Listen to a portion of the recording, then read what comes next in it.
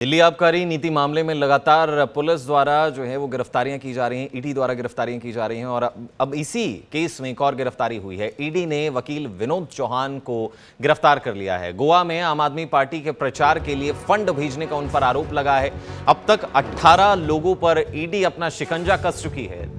ED ने दिल्ली आबकारी नीति घोटाले में ये जो गिरफ्तारी की है, उस वकील का नाम है विनोद चौहान, उन्हें गिरफ्तार किया गया है। आरोप ये लगा है कि गोवा में जो चुनाव प्रचार हुआ उसके अंदर जो है वो पैसा इनके द्वारा जो है वो भेजा गया और कहा यह जा रहा है कि जो पैसा भेजा गया वो दिल्ली में आबकारी जो नीति चलाएगी, जो घोटाला हुआ, जो आरोप लग रहा है, जो घोटाला हुआ, उस घोटाले से पैसे जो है वो निकाले गए और उस पैसे को इस्तेमाल किया गया गोवा में।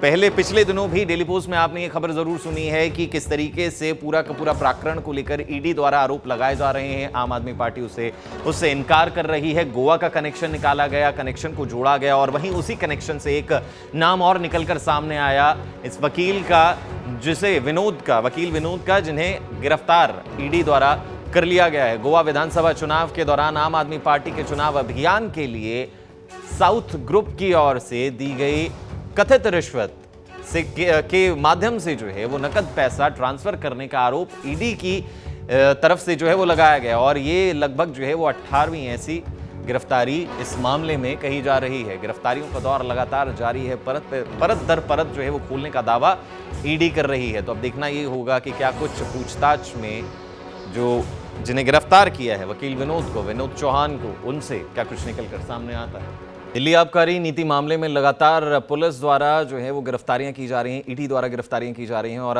अब इसी केस में एक और गिरफ्तारी हुई है। ईडी ने वकील विनोद चौहान को गिरफ्तार कर लिया है। गोवा में आम आदमी पार्टी के प्रचार के लिए फंड भेजने का उन पर आरोप लगा है। अब तक 18 लोगों पर ईडी अपना शिकंजा कस चुकी है।